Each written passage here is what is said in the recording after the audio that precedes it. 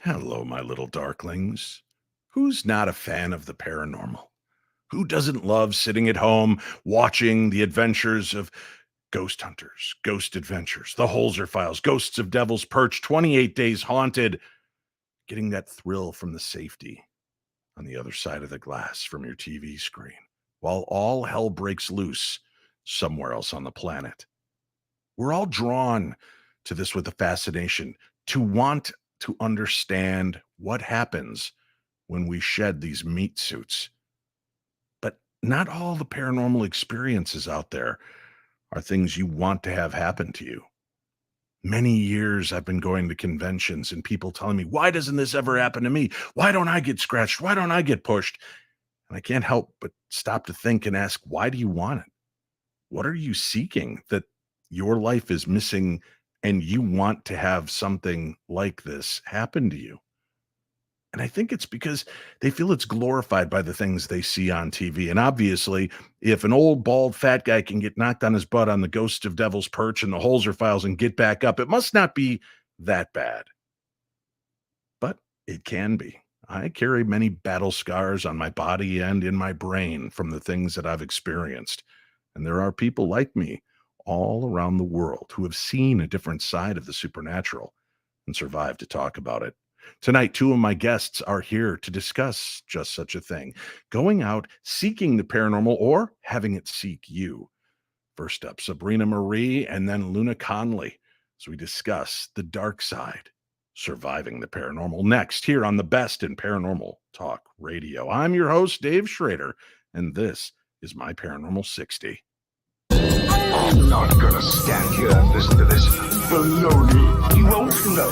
He doesn't stand for baloney.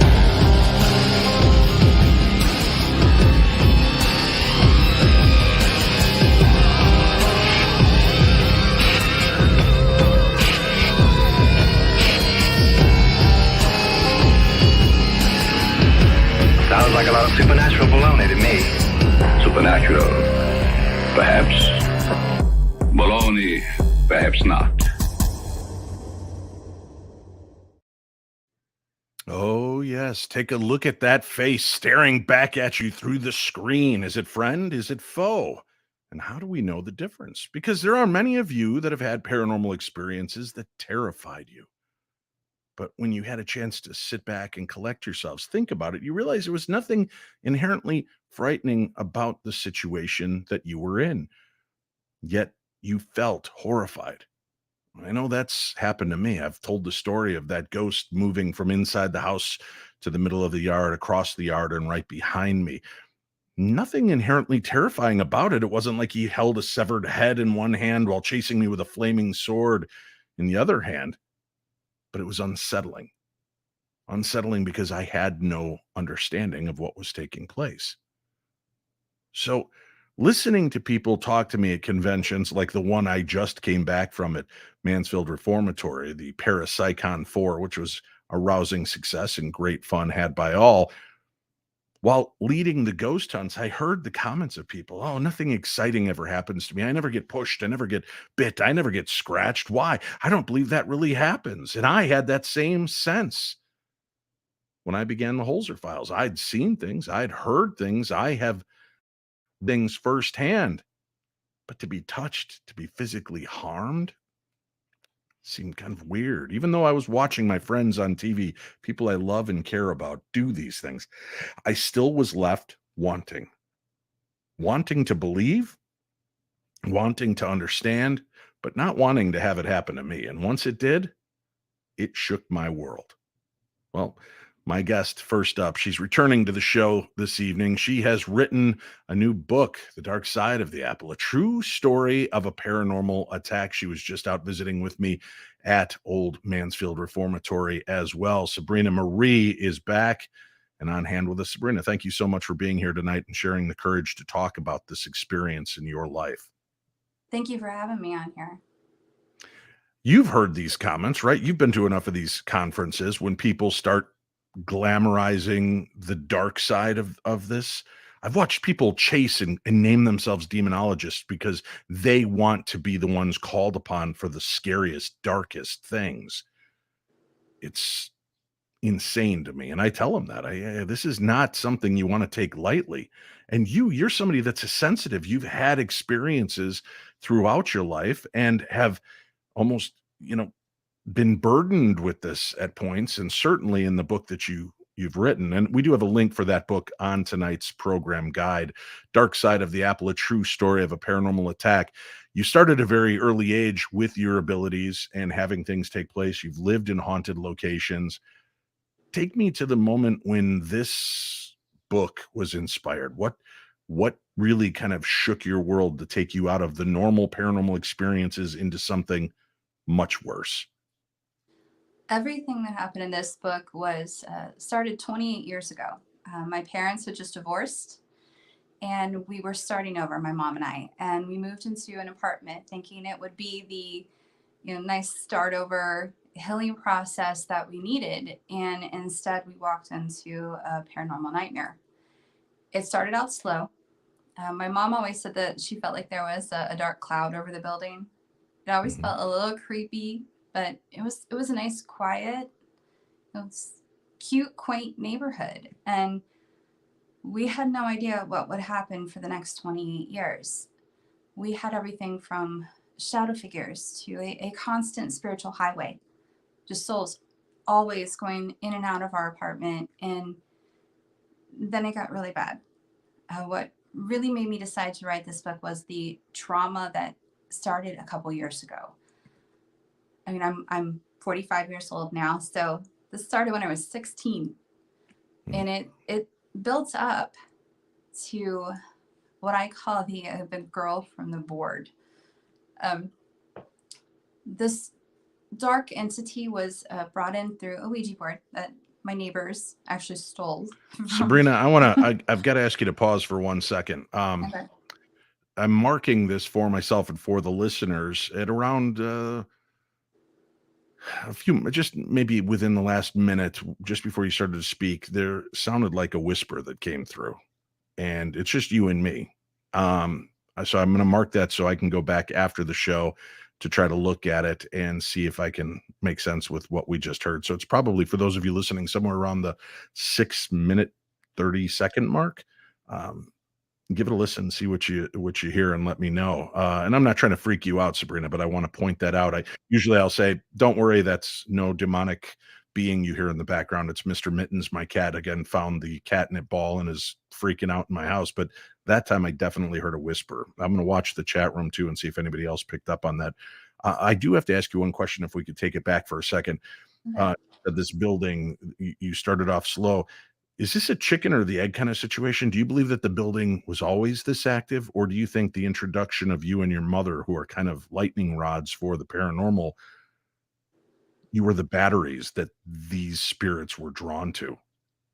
I think it was always something with the land. I mean, when they built this, I guess it was swampland that they just decided to turn into housing and then an apartment complex. So I think it was the complex itself that actually had activity. And I think my mom and I moving in, being both physical mediums and empaths, that we actually could have stirred it up a little bit. I hadn't really opened completely up to that point when I was 16 and we'd moved in there. Mom and I hadn't even really talked to each other about what we were able to do psychically. I mean, I had no idea she was anything along that line, and I was too scared to tell her, thinking that she wouldn't believe me. Right. All right. Now, going into this, you say the building, you believe the land itself had something there. What being a medium, if there are spirits there, but people aren't sensitive to them and they interact, it's kind of like the old saying, if a tree falls in the woods and there's no one there to hear it, does it make a sound? Do you believe that these spirits were kind of traversing this area, and the implementation of two mediums into this? Not that you're the catalyst or the problem, but you became the radio receivers to make this happen. Had anybody else in the building ever complained about this type of activity before? There were a lot of the other tenants there that Okay. did complain about it. There was activity throughout the entire building. It was a 6 apartment unit. And this building, people, their personalities would change. They would move in, they would be one way, and then it's like it drew out the darkest sides of them, their Hmm. darkest flaws. For one instance, there was a man that moved in next door to us, and he was a really nice guy. He became an alcoholic and very angry, even threatened to kill us. Wow. And when he left, his life was pretty messed up. Now, how did it start to affect and impact you? Obviously, you said it was kind of a building process, right? Was there one moment where the pin seemed to pop out? You brought home a well, you said you were starting to get into the Ouija board aspect of it. Please take us back to that. I'm sorry to have sidetracked us. Uh, the, my mother wanted a Ouija board back years ago, and we found out recently that a neighbor had stolen it, opened it, didn't close it, and something pretty negative came through. They had left it in the attic under the insulation. Ooh, okay. Being who we are, of course, it's an attraction to us. This negative entity actually tried to kill me. Um, and this is one of the In a hardest stories. spiritual form, Yes. or was it influencing other people like your neighbor bringing that about? This was in a spiritual form. I was walking past my bedroom, saw this. She showed herself as a female, Hmm. really negative, demonic looking, kind of almost like a corpse. Hmm. And I felt her hands go into my chest, squeeze my lungs, and I couldn't breathe. I was struggling, trying to tell my mom, tell some friends what was happening to me. And I finally got it out. I can't breathe. I feel like there's hands in my chest. I can't breathe. My mom, of course, went to war for her daughter. My friends started praying. They were doing a St. Michael's prayer of defense. And my mom grabbed the spirit box. And this thing actually said, bleed, Bree. Die, Bree. It really hated me for some reason. It just attached and attacked me. Jeez, that's terrifying. And why do you feel of all of you there that it was most drawn to you? Honestly, I don't know. Our neighbors there were very quiet about what was happening to them. There were only a few that were willing to speak up and say they were seeing the shadow figures and the spirits coming through. And we had some very negative shadow figures that were in and out through the whole apartment complex. Our building seemed to be the worst. But the girl wasn't even the worst part.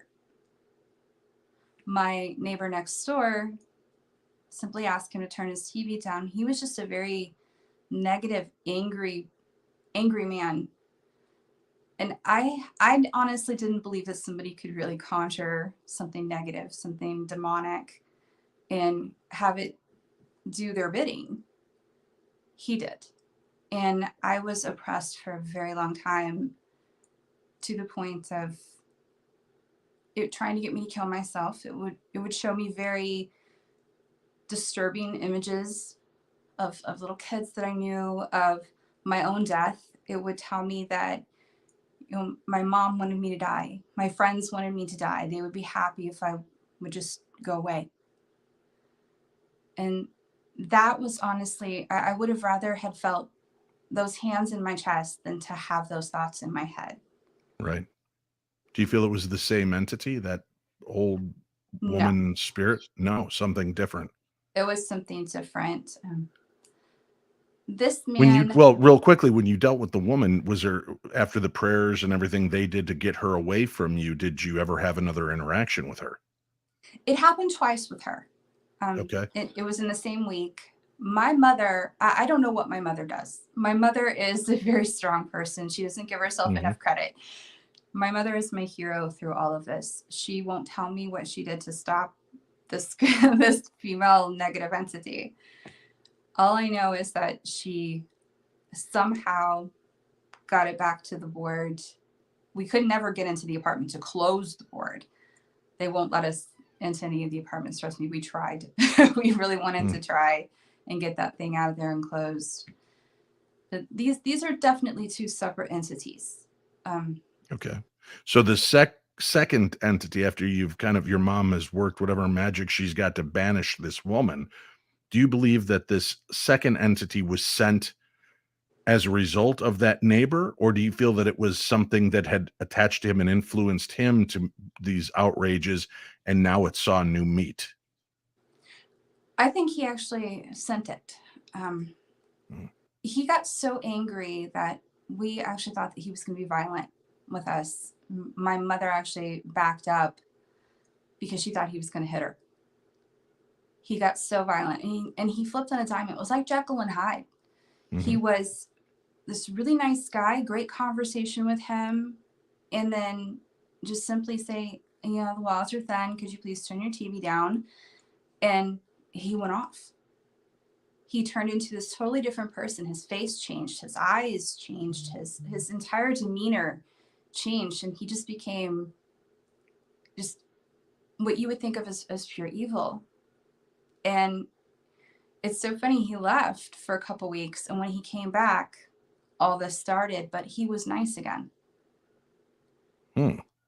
So we kind of figured out that he had conjured this, and in his belief system, they conjure, and he sent it to us for revenge. And he was one of those people that would actually do that. He had people that like immigrants and people that were really poor. He would somehow kind of con them into being like slaves to him. He was a very negative man on his own, but he had some sort of ability to conjure things that were just really dark and just preyed on me constantly. Had you not had that more violent encounter with that woman's spirit, which obviously damaged your psyche, it damaged part of who you are, do you think that you would have been as vulnerable to this secondary attack? Or do you think that knife wound opened a scar that was easy for this entity to attach to or to try to get in through again? Oh, absolutely. I think that I was so weakened by that my mom knows what it is, and I know I refuse to say the name of it. It is a lower level demon. We did get the name of it. I think that I was just easy prey for that. After that, I was more like a toy. I know there's a faction of the audience wondering, were you tested psychologically to make sure that maybe you weren't having a psychotic break and, kind of connecting bad things with exterior experiences? Oh, I was fine. I'm absolutely mentally fine. Okay. Well, again, like I said, I know there's going to be a faction of the Oh, audience that's I going to know. wonder, were you checked? Were you tested? In doing something like this, was it ever a concern of your mom that maybe it was impacting you, even if you were not, what's the right word for this? You weren't having your own psychotic break. Was she worried that this was pushing you to a psychotic break? She was definitely worried that I was going to go over the deep end, but she was experiencing things too. It wasn't just me that was having experiences. We were physically seeing things move. We were physically, seeing things go in front of both of us at the same time. Both of our beds would shake in the middle of the night. We would both be touched in the middle of the night. We would wake up the next morning and it would be the same experience. And we're like, oh my God, it happened to you too. Now, the touching, was it violent touching? Would you be left with bruises? It was a lot of caress.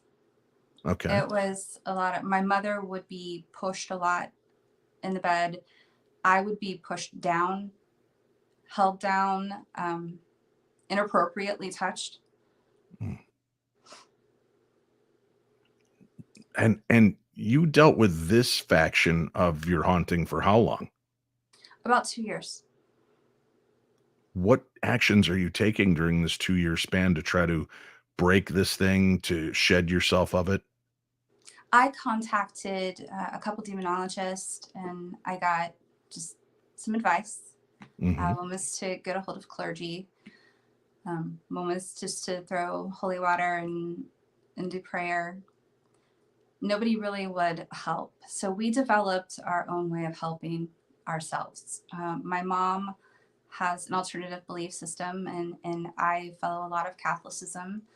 So I would do my own prayer. My mom would do her own rituals, cleansings, Mhm. anything she could find. She researched every belief system, every way of doing anything just to try to, save me, save my sanity, save, my Were life there because some that seemed to make it more violent or angry? And were there ones that seemed to repel it better? And if so, can you tell us which ones and how they differentiated? prayer, Catholic prayer definitely helped a lot. It's amazing playing a certain Christmas version of Hallelujah. It hated that. Hmm. Even the shadow figures hated that. They took off when that happened. My mom did a lot of Native American cleansing and prayer. She did some pagan prayer, some Mhm. pagan cleansing. And I kind of stuck to the Catholic prayer, the Catholic, ritual of the holy water and things like that. Okay. And you felt that that was the more helpful. Would the other practices your mom tried, would that make things worse ever? And again, I'm not trying to villainize your mom. She's doing whatever she Oh can as no. a mother. So I just want to be clear. I'm not going after mom about this, but I mean, would they get more violent or agitated by the Native American or Wiccan pagan versions of clearing? Honestly, I think it took both. Nothing really made them more angry, but when we came at it together as a team Hmm. and she had her way and I had my way, that is what really kind of made it lose some strength.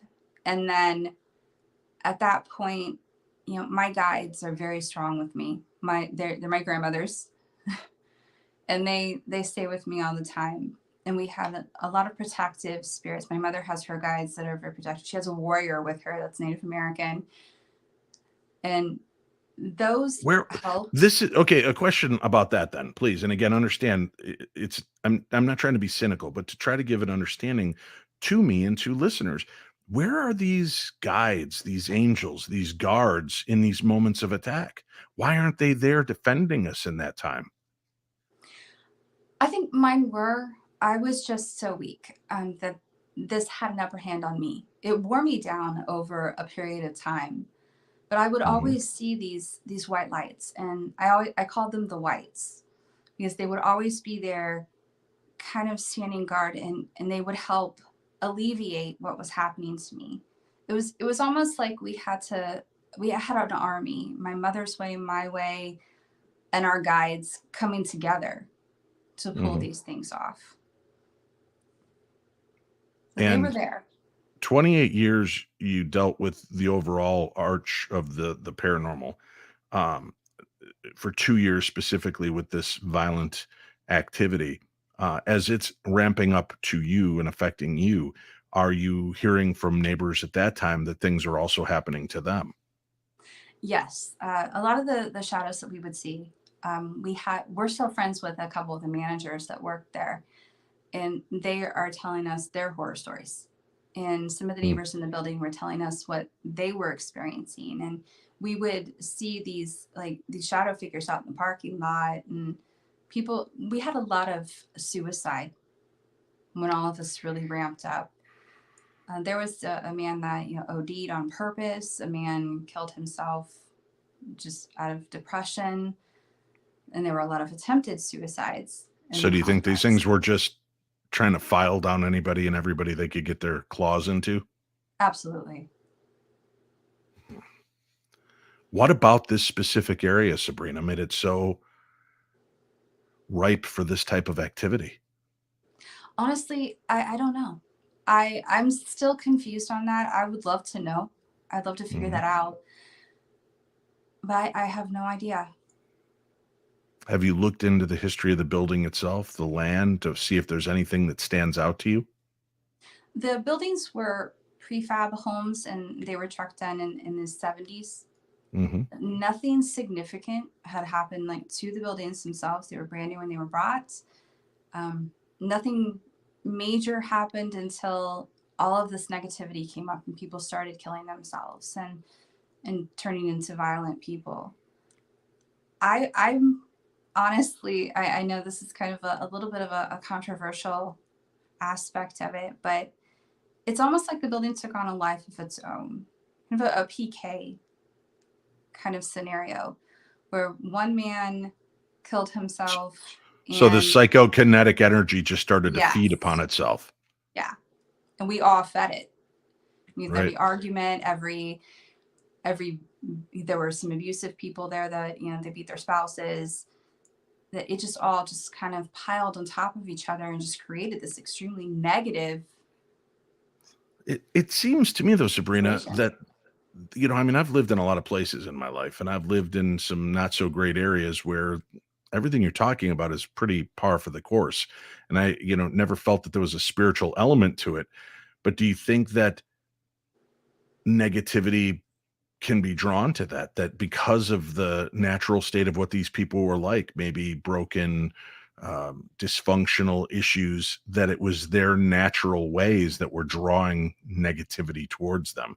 They became like a vacuum to bad energy. I do.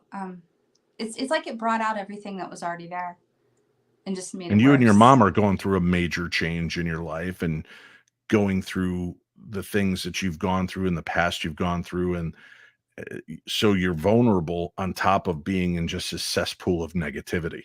Yeah. How do you know the difference between a voice that is external in nature as opposed to the mind chatter that we get? I can't say everyone gets it, but it seems a majority of people hear those negative notes and the thoughts of suicide or thoughts of hurting themselves or others. And that is depression, that is anxiety in most cases. How do you know the difference between, for you, those type of voices and this voice? I was always happy. I mean, I was a little sad my parents got divorced, but I was always really bubbly, happy, kind of quiet, but I never saw anything dark in the world. I never thought of anything, I never thought of anybody being a negative person. My parents wanted me to see all the good in the world. So when this started happening, I knew that I was a medium. I Hmm. knew that I was getting other people's emotions from being an empath. And when I started feeling these things that made me, think of hurting myself, taking my own life, I knew Hmm. that these were not my feelings. I was happy. I mean, my career was starting. I had just finished my book. I was happy. I was living my dreams. There was no reason for me to, I am not depressed. I don't have anything wrong with me. So I knew that something was up with what was going on in me. And I would hear a voice, a darker voice. For people that are listening right now, all around the world, hearing your story. First of all, again, I commend you for coming forward to share this. I know, knowing you personally, this was not an easy thing to do. You can No. talk about the paranormal, you can talk about things that you've helped other people with, but to get deep into your own world and the attacks that were happening to you, I know how that was very tough for you. Dark Side of the Apple, a true story of paranormal attack. Sabrina Marie, the author, the book has a link for it on today's program guide. For people out there right now, Sabrina, that are listening and are dealing with something like this, what advice do you have to give to them to get them through this madness? Don't stop fighting. Don't let it win. Don't let those voices that are making you want to think about hurting yourself, and don't let them win. If you have to contact people all over the world, keep asking for help. do your best to get out of the situation. We were kind of stuck in this situation. We couldn't get out until recently.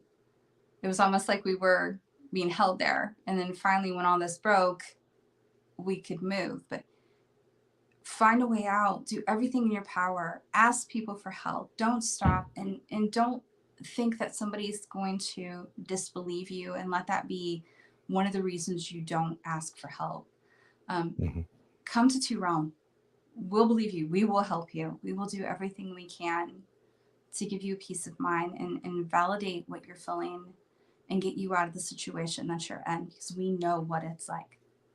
The link for their group is on our program guide as well. Sabrina and her mother will be happy to help you reach out to them through the website. Please try to keep it. I'm sure there's a lot of questions. Read the book, rate and review the book wherever you've purchased it to help out with the sales and to get it seen more. Share the book with people, share the link.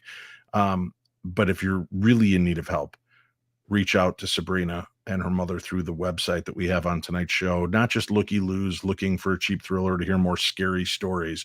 Let's leave that conduit open for people that need help, that are seeking that helping hand to reach through the veil and help bring them back out of the darkness. So I just say that because I know there have been guests that we've had in the past that, suddenly are inundated with emails that are more questions about more deeply into your stuff instead, and then that takes you away from helping.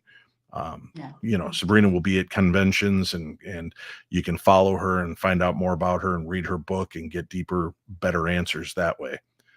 Sabrina, thank you for coming out tonight and trusting me to tell this story. And the book, it's out and available this week, correct?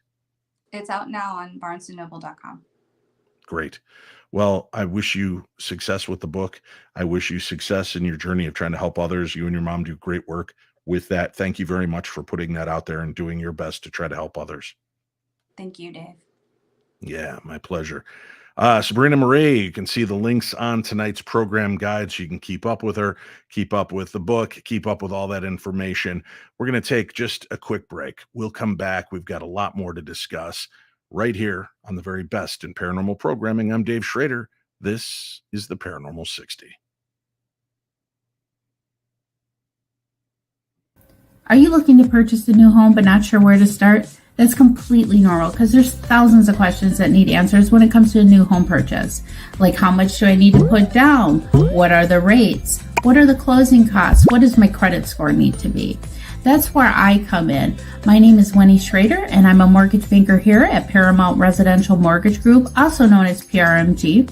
And I'd be happy to answer any of those questions and help walk you through the mortgage process, because buying a home is a stressful yet exciting time, and I can make it easy for you if you mortgage with me at PRMG. My number is 763-203-9641, or you can email me at wschrader@prmg.net. I'd be happy to work with you and answer any questions you have and just get you to that closing table so that way you can turn that key and walk into your new home. Thank you so much.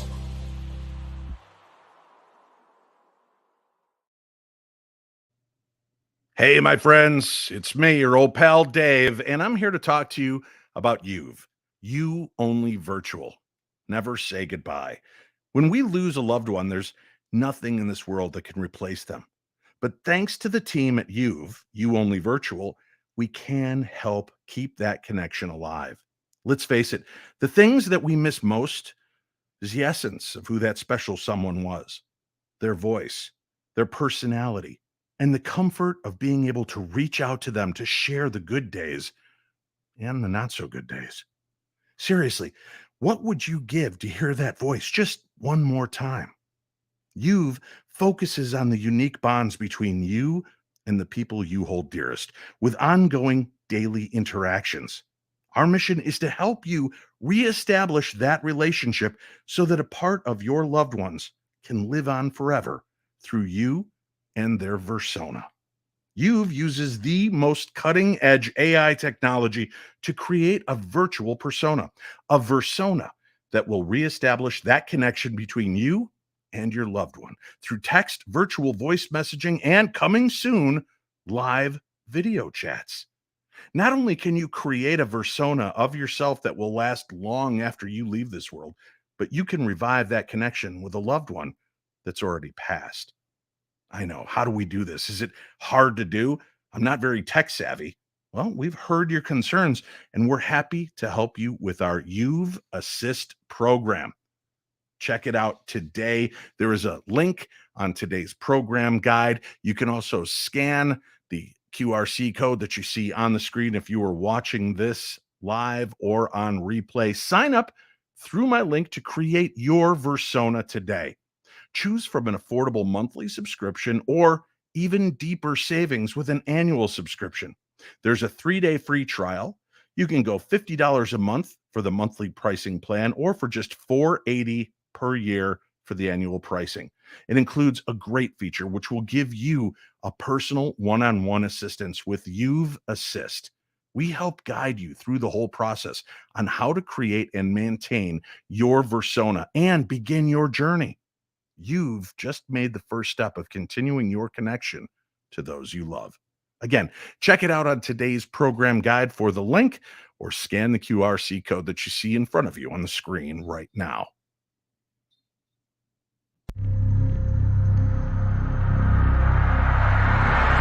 Haunted Magazine is a publication dedicated to all things paranormal and spooky. Each issue features articles, interviews, and stories about ghosts, hauntings, and other unexplained phenomena. The magazine also covers topics such as cryptozoology, UFOs, and other aspects of the supernatural. Expect to find in-depth investigations of haunted locations, first-hand accounts of ghostly encounters, and reports of paranormal events and attractions. The magazine also includes features on the latest ghost hunting technology and techniques, as well as tips for those looking to search the supernatural on their own. Issue 37, The Frights of Spring, will be in stores from March 6th. So remember, don't be normal. Be paranormal, and order your copy today. Hello, my darklings.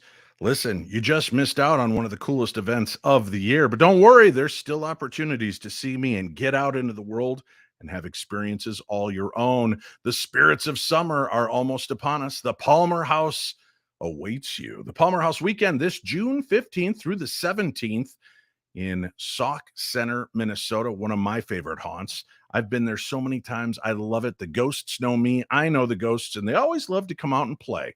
Bill Chappell will be there, the technical engineer who has built many of the amazing pieces of equipment you've seen on paranormal TV programs. Shane Pittman, that lovable thug from the Holzer Files and 28 Days Haunted. My little brother from another mother will be on hand, and I'll be there. We also have our friend and medium, Jamie, coming out to this event. She's going to be teaching you about investigating using your abilities. She'll be doing gallery sessions. It's going to be an amazing weekend. There are only a handful of tickets that still remain if you would like to be a part of this event. The hotel is sold out. However, there are other local hotels in the area, so you can stay there and come over to the Palmer and spend some time with us. It is going to be amazing. Again, that's June 15th through the 17th. And now the big old pop-up Paracon Midwest Paranormal Conference takes place Saturday, July 8th from 10 a.m. to 7:30 p.m. at the Woodstock Opera House. That's in Woodstock, Illinois. I'll be there along with Chris Fleming, Ron Fabiani. One of the paranormal cops will be on hand. Father Michael Maginot. He is involved in the Demon House episode, that special that you saw from Zach Baggins. He was the priest on hand helping that Indiana family deal with possession. It's going to be an amazing weekend. Lots of speakers and panels and vendors. We'd love to have you come out there. Again, information for this on my website at darknessevents.com. Let's get to our next guest here. This is what popped up on my messenger today as I'm looking around on Facebook. I see this message from our next guest that she's posted about her upcoming episode.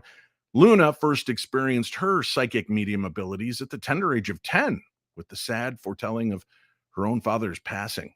And little did she know that this event, coupled with her genuine intrigue with the afterlife, would be the catalyst to her career of paranormal investigating. Growing older and abilities maturing, Fate would have Luna living in many haunted homes where seeing and reading spirits became a terrifying way of life. And out of fear from these mysteries and her mysterious abilities, she chose to shun them until she could no longer deny their presence and allowed her to finally reach her destiny. She is here with us. She has a brand new episode of her podcast coming out tomorrow. Ladies and gentlemen, help me welcome to the program for her very first time, Luna Conley. Hello, Luna. Hey, how's it going, Dave? Thanks for having It's me. going good. It's truly an honor. Thank you. So season 2 premieres tomorrow. It is for the 23rd of May, if people are interested. It is 7 p.m. Pacific Standard Time on YouTube. And we have a link for you and your podcast on today's program as well. Now, this is cool enough that you've got this story, right? The possessed balloon, which sounds silly in nature, but when you see that red balloon picture, you start to realize there's going to be more to it. But you've got some really kind of weird stuff happening while you were just trying to put this episode together.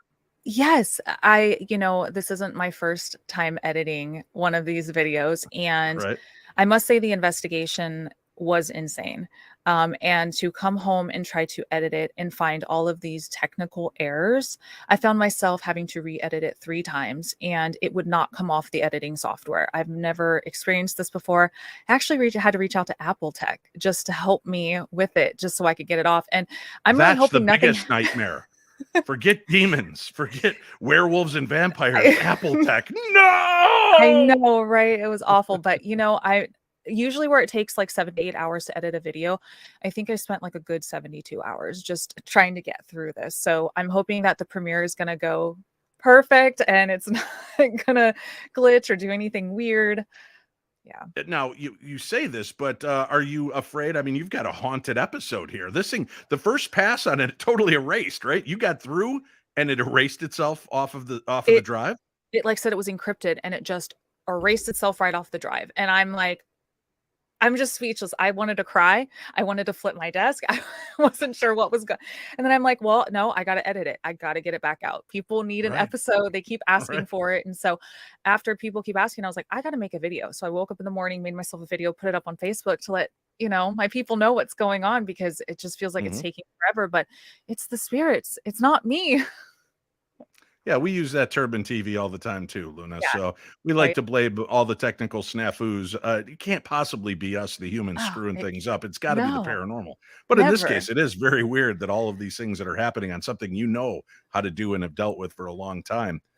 And this case was insane too. I mean, this case was insane. This literally changed the way that I look and see the paranormal, like hands down. And I know everyone's YouTube says that, but in all honesty, out of all investigations I've ever been on, this one had me shaking for sure. So you can't just say that and then walk away. So just give us a little teaser of what we can expect to tune in tomorrow on May 23rd to hear this season 2 first episode.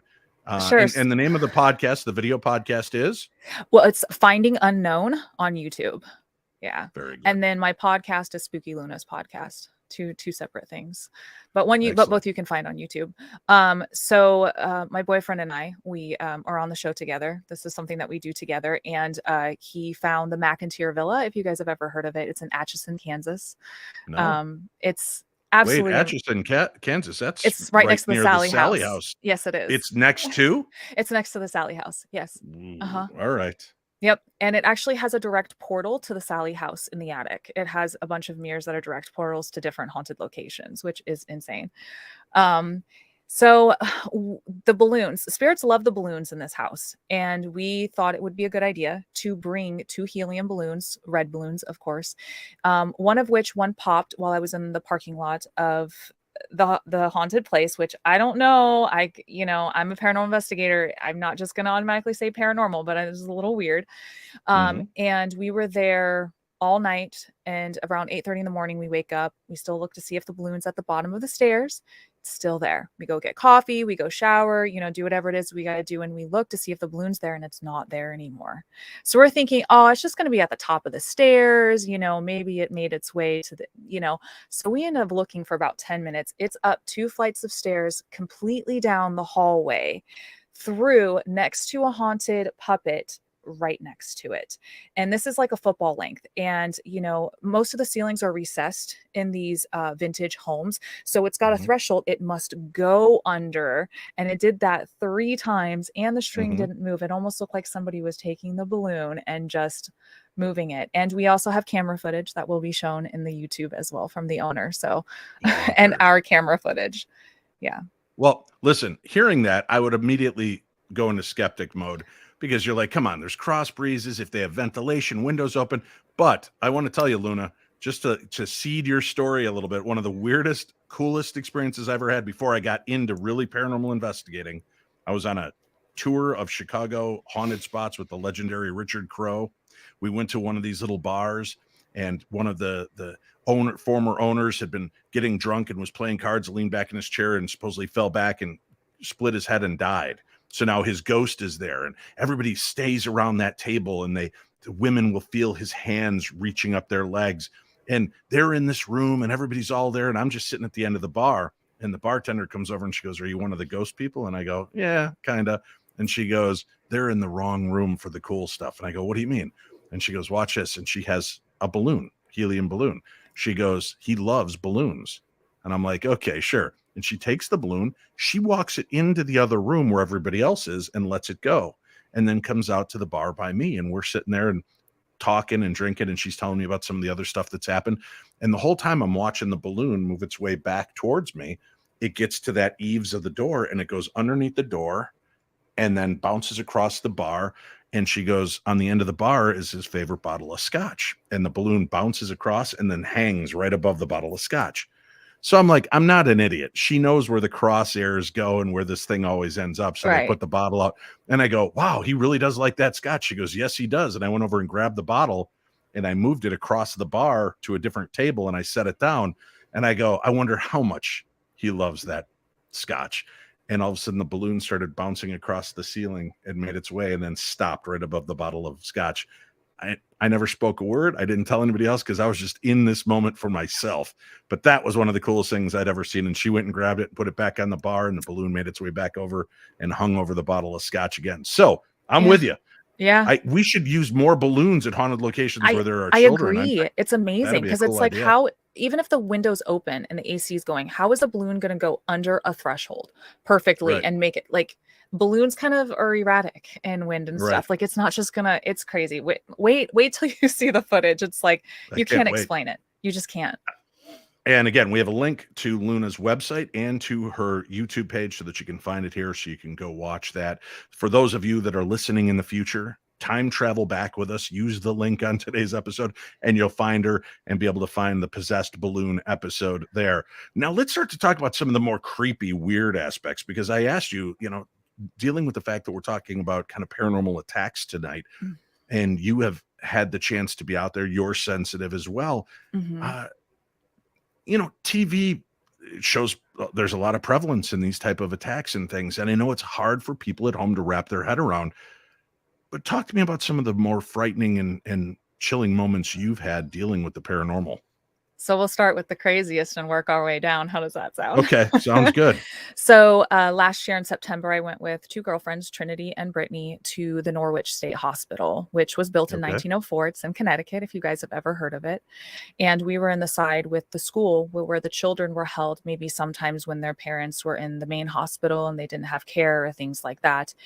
And we were actually filming for a project. So, being a sensitive, I immediately walk in and, I don't know if a lot of people know how mediumship works, but I work through my spirit guides. I speak with my spirit guides. They warn me when things are not right. When they're trying to protect me, I can hear them and they're always there guiding me in the right direction. And I just kind of hear my spirit guides go quiet, and that's not really like them. And, it doesn't matter, being a medium walking in there, my 2 friends, Trinity and Brittany, just knew that something was wrong, because when I went down the hall to go investigate, we kind of both looked at each other and I'm just like, something's not right. I don't like it down this hall. And she goes, "Please don't go down there by yourself." And I'm just like, I don't want to, but it's for the project. And I'm like, my spirit guides will let me know when it's too much. And she was like, I don't know. So I still did out of hesitance.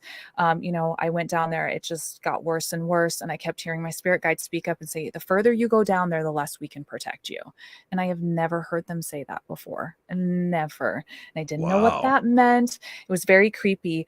I'm going to But guess, Luna, that means the further you go down that hall, the less the they're worse going it's to going to get. Yeah, I would I've say never heard them that's a say pretty that clear before. indication. Yeah, I mean, they Yeah. were pretty specific on that one, but I've just never heard them say that before because they've always been able to protect me. I've come across some pretty evil energies before, some unwanted energies, and I've never heard them say that. So I realized that I was dealing with something not good.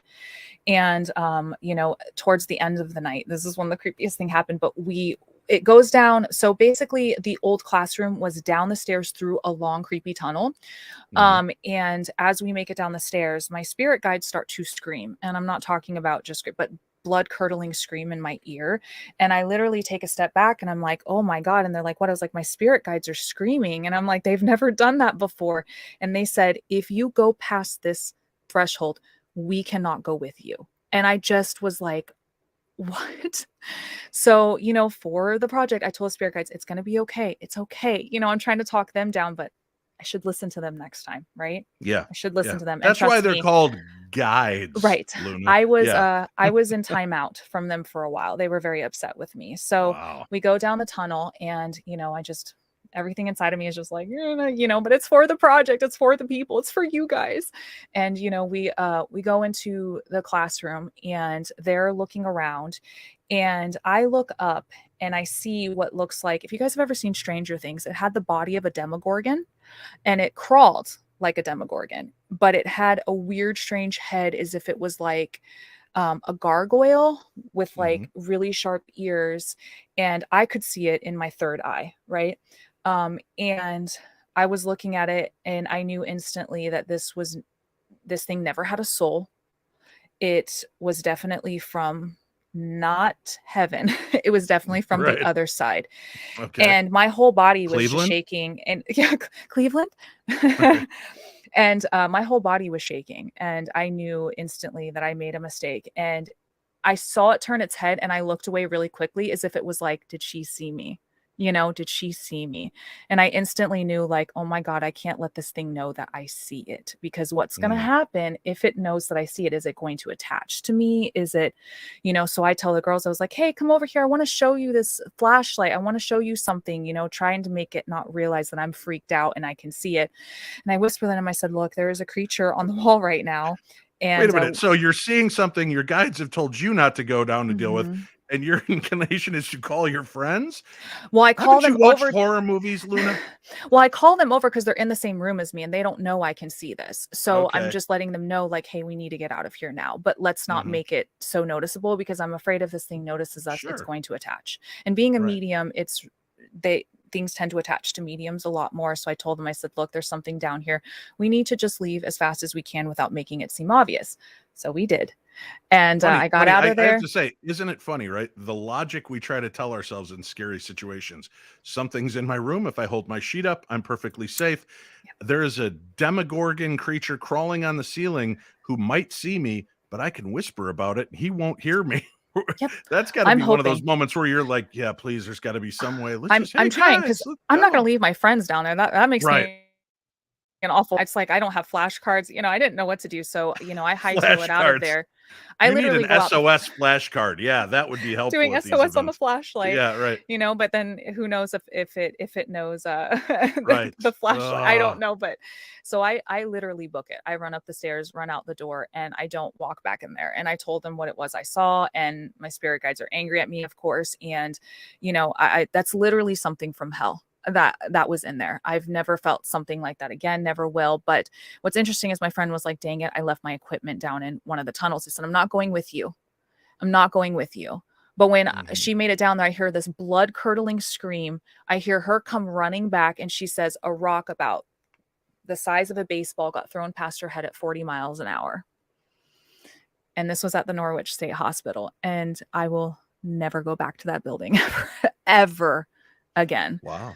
I can laugh about it now, but it was very terrifying.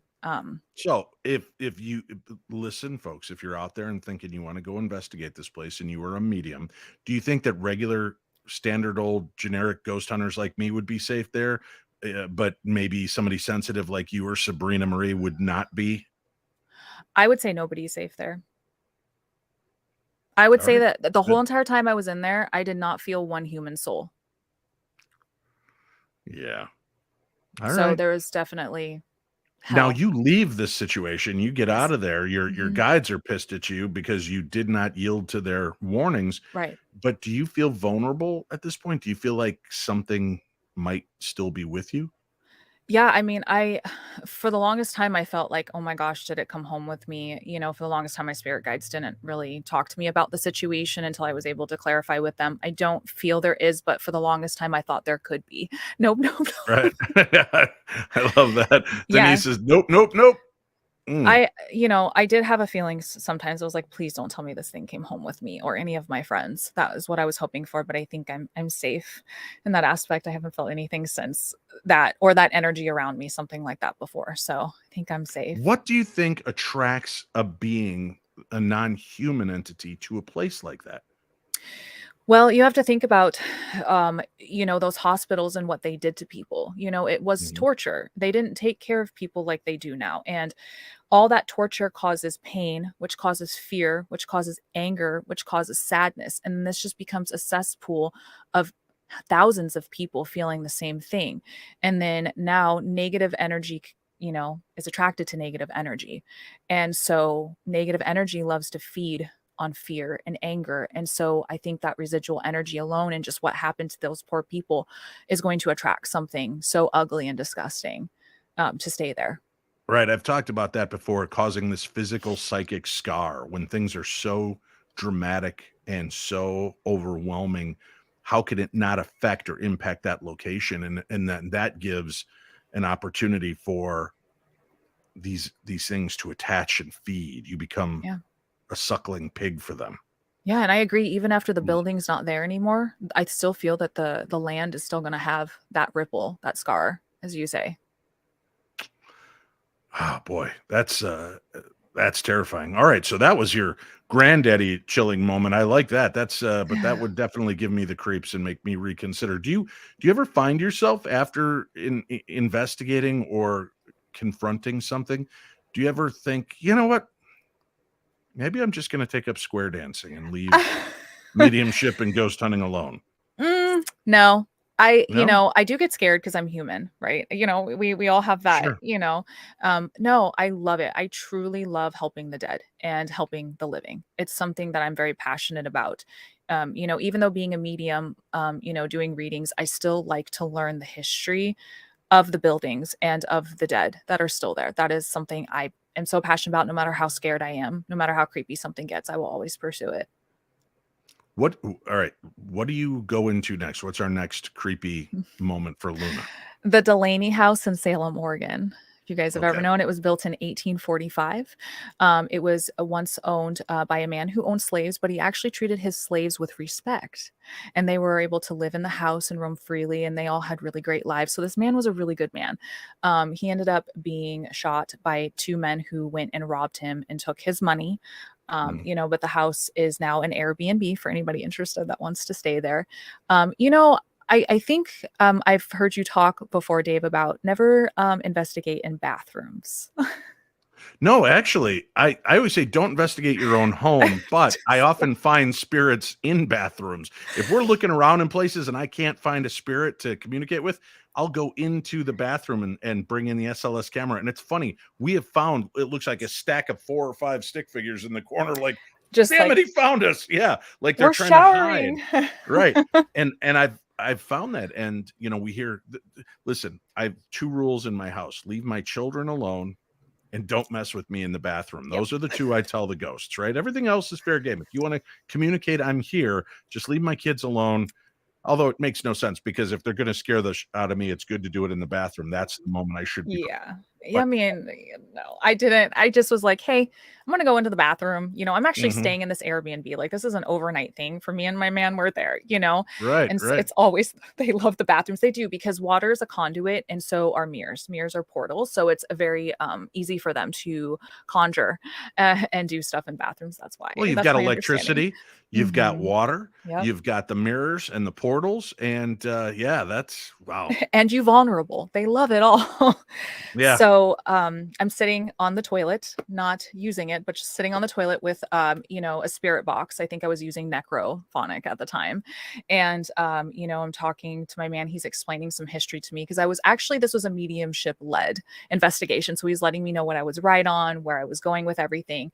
And Mhm. on my knee, I feel something go like this 3 times to my knee, and I jump straight off of the toilet. Oh my God, something touched me. And I just go darting past him, hiding behind him. And he's like, what? I was like, something just caressed my knee 3 times. And I'm like, that's the first time something's ever done that to me before. I mean, I've been touched, I've had my hair pulled, but it literally caressed like this on my knee. It was like trying to get frisky.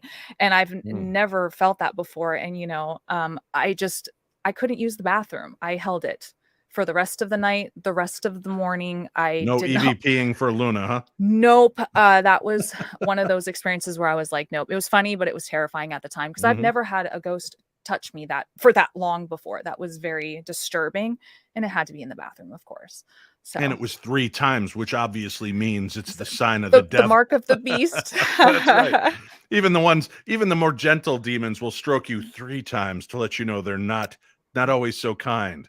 Yep. Yeah, that is weird, right? That is an unsettling position to be in and then have somebody touch you. And I've heard a Uh-huh. lot of weird stories where people will see through those kind of that's why if I have a shower curtain, it's either completely see-through or completely not. Because you're just Not those smacking it all fogged the out time. ones.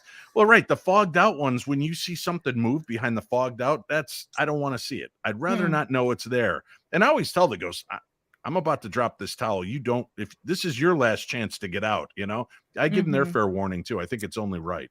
It's only fair. Yeah. Give them Yeah. a warning to run first before it's So on. you have an experience like that, a first for you, which has got to be pretty big, knowing that you're sensitive and that you go into places and have experiences all the time. Right. How do you come to terms with that, with having something physically touch and caress you? I always set my boundaries. Do not touch me. Mhm. I do not like being touched because I can already see you and I can already hear you. That should be enough. And there's some spirits that don't, Dave, that don't listen to that. They will, Mhm. if they want to do it, they're going to do it. And that's where that whole respect thing is, for spirit. Just know that even though you're going to ask, they're still going to do it sometimes. And I was shaken up and I was actually almost angry. Like I was wanting to fight because I'm just like, something touched me that's not there, but I couldn't protect myself. I felt Mhm. vulnerable. And I was pretty messed up and angry for a while after that, but I finally calmed down and realized like, hey, I can check that off in the book of things that has been done to me in the paranormal. So I just had to laugh it off after a while because Mhm. it was still pretty creepy, but at least I can say, yeah, I was caressed by a ghost.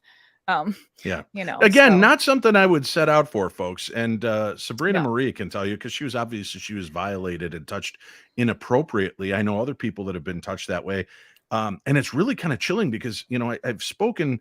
I don't know if I won't say who it was that gave me the information because Mhm. I don't want to break that. I've heard him talk about it before, but I don't know how public he's made it. But he has worked on exorcisms at nunneries Wow. because the nuns will be caressed by something, and they have rituals and things that they do, so they're chaste, they're not engaging in sex or supposed to be with males, but Right. the something starts satisfying those feelings, and then they kind of give into them, and after a while they end up allowing things into them. And I know that sounded sexual and I didn't mean it that way, but I mean that they allow these beings access, and he has had to Right. deal with possessed nuns, where it started off gentle and then it becomes very violent and nasty. So Right.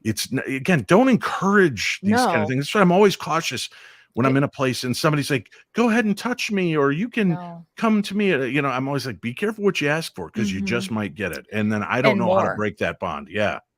It's Oof. very violating, and it's not it's wrong. No means no. And when you can't say no to something that's not there, you can't smack it back. You can't push it away.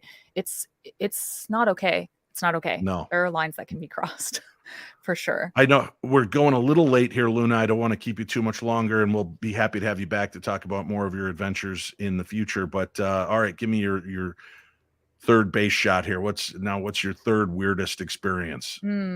Broken Bow Asylum in Broken Bow, Oh. Oklahoma. You guys have I'm ever glad heard you of bring it? this up. Yeah, and I've had a couple people in the chat were like, make sure to ask her about Broken Bow. Yeah. So good.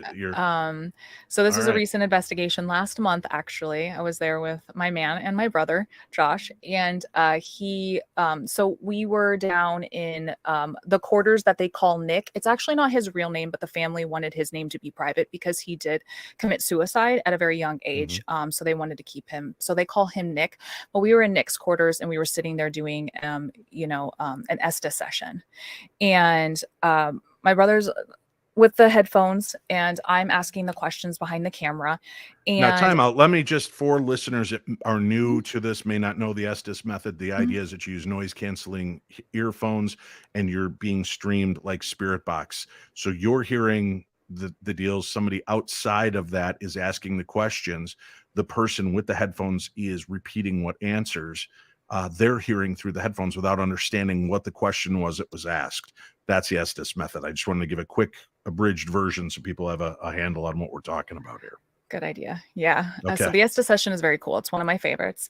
And let me tell you what, he was a very angry 17-year-old. There was a lot of cussing, a lot of FUs, things like that. He was making it very known that he was the boss.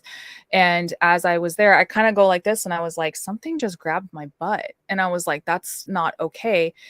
But I felt burning on the back of my neck. And I'm like, ooh, that doesn't feel good. I had to ask, I was like, can somebody please look at the back of my neck? And sure enough, there's a scratch and even skin lifted where it looks like something had just scratched me. Right. But not only worse, when my brother was doing the Estes session, he literally got punched in the back and he's a big guy. So he got literally thrown from the chair, stood up and was like, he threw the headset off. We were just like, nope, we're not messing with Nick anymore. This is, not only was he was giving us all the warnings, the cussing, he was not very nice and, scratching, on the back of my neck, touching me inappropriately and then punching my brother in the back really, really hard. Yeah, boy, I can see why you love the Estes method. That sounds like a lot of fun. Yeah, no, don't do the Estes method in Nick's quarters. Don't do No. that. I would not recommend it. But it was a very scary for us. We definitely took a break after that. We weren't even really sure we wanted to continue with the rest of the night because at that point we've reached levels of uncomfortable, even for mediums or paranormal investigators. At that point, it was extremely uncomfortable. Why, as a medium, would you rely on the Spirit Box technology to pick up on the things that you should be able to? I am so glad you asked that question. I love when people ask this. So I actually do not believe so much in mediums being part of paranormal investigations. I feel a lot of people do it and it kind of ruins the actual fact of being a paranormal investigator, using the science, using the evidence, using the machines to validate evidence. So if I'm just saying, oh, he's saying this, oh, he's saying that, well, there's validation now through equipment as well as scientific evidence and through also paranormal investigators. I always tell people I'm a paranormal investigator first and I'm a medium second. Just because I'm uncomfortable in situation doesn't mean I'm going to back down. I'm still going to try to get the evidence for people because they can't hear what I can hear. They can't see what I can see. So I always try to be an investigator first. That's great. And I've recognized to people, recommended, I should say, not recognized, but I've recommended to people, if you're going to use a medium on an investigation, have them do a walkthrough, but don't speak, just take notes. Or maybe hold a recorder and tell what you're feeling at that point. Then as the investigative team, you go in and explain what your experiences are, take notes, do that. And then at the end, come back together. All right, I was in the parlor with Colonel Mustard and I saw the lead pipe and, and then you listen to what the medium picked up on and, oh, I sense a lead pipe and a jar of mustard. And, if you've got two different people experiencing it two different ways, that's a great corroboration, right? And especially if the technology is picking up on, the sound of the lead pipe banging or something, you've got that. And that's a great way to utilize a medium on an investigation. Obviously everybody's got their own take on it, but That's a good point. I only ask because I've done the Estes method once, and that was in the Ghosts of Devil's Perch when we were in the basement of the Hennessy Mansion. And I remember. I don't know that I ever want to do it again. That was truly one of the most heartbreaking physiological and psychological things I've ever felt and heard in my life. And to hear that torture and screams, it really messed me up. I was an emotional wreck for a few days after that. Cindy's like, why do you need that? I'm a human ghost box. But I would have told you, you don't have to take this abuse. And I'm like, but like you, I know, but I need to hear from is there something really, you know, I love Cindy. I trust Cindy, but I can't hear and see and sense the things she does. And I want that was a moment. And then it was like a drink from a fire hose. It kind of made me step back and go, maybe I don't want that. Yeah. Maybe kind of what it's like being a medium. Yeah. Yeah. No bueno. Yeah. Very cool. Luna, and let's get you, and as you refer to him, your man on here at some time. And maybe we'll have a paranormal couples evening, couples therapy, and I'll try to get Cody and Satori Hawes on, and we'll have everybody kind of share weird stories and experiences and insights and answer questions from the audience. But I appreciate you coming on and sharing some of your thoughts on this. And I'd like to ask you, like I asked Sabrina before the end, for people that are dealing with the paranormal and dealing with negative forces and energies, what advice do you give to them right now to help? If you don't know what you're doing, don't just dabble. Look for help. Reach out to professionals. Don't just guess, because it is your life at stake, and one wrong turn could be permanent. And there's nothing that any professional or anybody can help you with. So just be very careful when working in the field. Respect the spirits. Agreed. Now, do you do readings and offer connections for people as well? Yes, I do. I do tarot readings, bone throwing, and mediumship. If anybody's interested, at lunaparanormal.com.